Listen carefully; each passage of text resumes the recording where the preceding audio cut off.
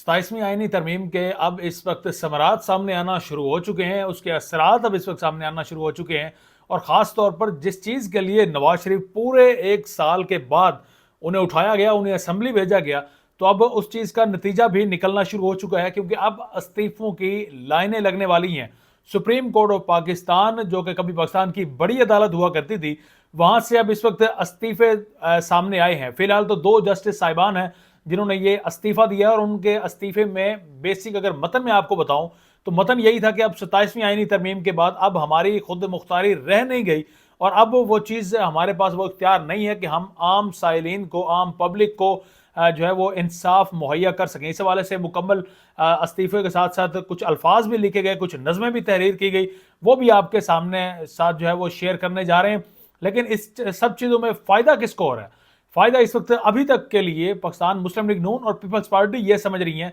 कि शायद उनको बहुत इससे फ़ायदा हो चुका है। जुडिशरी को कमज़ोर करने से कभी भी जमहूरियत आगे नहीं बढ़ सकती, कभी भी जमहूरी पार्टियों को इससे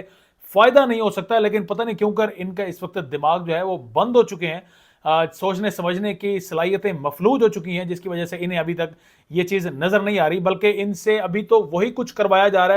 है जिसके इनको अहकामात मिलते हैं, और उसके बाद ये आगे मजीद कुछ करने के काबिल भी नहीं रहते। अब ज़रा मैं इस्तीफ़ों की जानिब बढ़ता हूँ। सबसे पहले अतर मिनल्ला साहब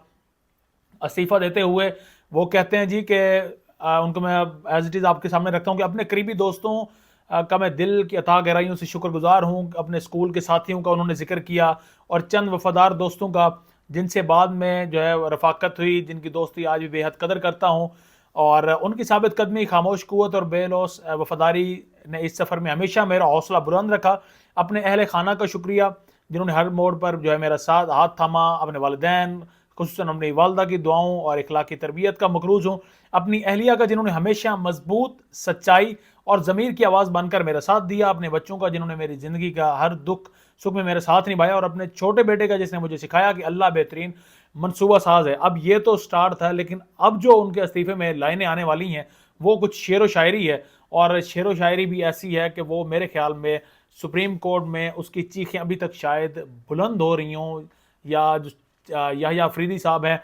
इस चीज़ को पढ़ने के बाद शायद उन पर थोड़ा बहुत उन पर असर हो। लिखते हैं कि मेरा कलम तो अमानत है मेरे लोगों की, मेरा कलम तो अदालत है मेरे ज़मीर की, इसीलिए तो जो लिखा तपाके जहाँ से लिखा, जब ही तो लोच कमा का ज़बां तीर की है, मैं कट गिरूं के सलामत रहूं, यकीन है मुझे कि ये हिसारे सितम कोई तू गिराएगा, तमाम उम्र की ऐज़ान नसीबों की कसम, मेरे कलम का सफ़र रायगा ना जाएगा। तो ये कुछ अल्फाज हैं उनकी जानिब से, जस्टिस अतर मिनल्ला की जानिब से लिखे गए, और उसके बाद उन्होंने जनाब अपना इस्तीफ़ा जो है वो चीफ जस्टिस ऑफ पाकिस्तान और सदर पाकिस्तान उनको जो है भेज दिया। अब उनके सिग्नेचर्स होंगे और उसके बाद ये रिटायर्ड तस्वुर होंगे। अब इसी तरह के कुछ अल्फाज लिखे हैं इनके दूसरे साथी ने, जस्टिस मंसूर अली शाह। वो जस्टिस मंसूर अली शाह जिन्हें कभी चीफ जस्टिस ऑफ पाकिस्तान बनना था सीनियरिटी की बुनियादों पर, अगर 26वीं आईनी तरमीम ना आती, 26वीं आईनी तरमीम आई और उसके बाद अपना ही एक मनचाहा जस्टिस उठाकर चीफ जस्टिस बना दिया गया, और अब उस चीफ जस्टिस को आप यूं समझ लें कि क्रेडिट इस तरह से दिया जाएगा कि अब सुप्रीम कोर्ट ऑफ पाकिस्तान सिर्फ महज एक अमारत की बुनियाद पर रह चुका है। वहाँ पर अब अगर आप सोचते हैं कि सुप्रीम कोर्ट से आपको इंसाफ मिलेगा, तो ये आपकी खाम ख्याली है, क्योंकि वहाँ पर एक और भी अब आईनी अदालत बन चुकी है, जिससे सुप्रीम कोर्ट ऑफ पाकिस्तान से अब वो महदूद हो चुका है सुप्रीम कोर्ट तक। अब जस्टिस मंसूर अली शाह क्या कहते हैं? जस्टिस मंसूर अली शाह कहते हैं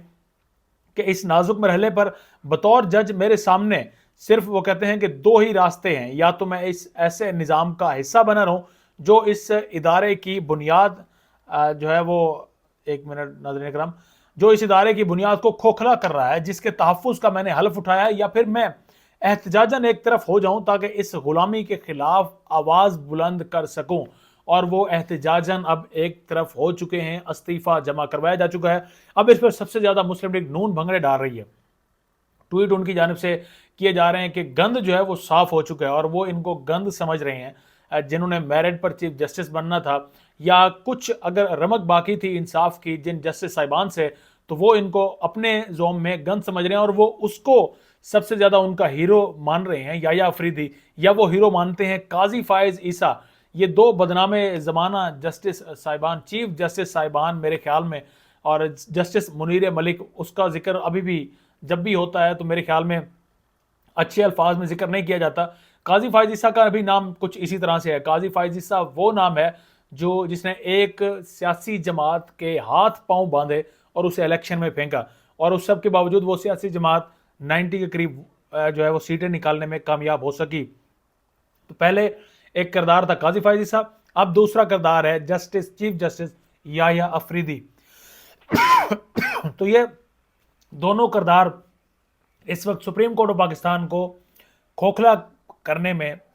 اہم رول جو ہے وہ پلے کر چکے ہیں، اور مزید بھی اگر ان پر چھوڑ دیا جائے تو میرے خیال میں سپریم کورٹ کی یہ جو رہی سہی کسر ہے وہ بھی یہ نکالیں گے۔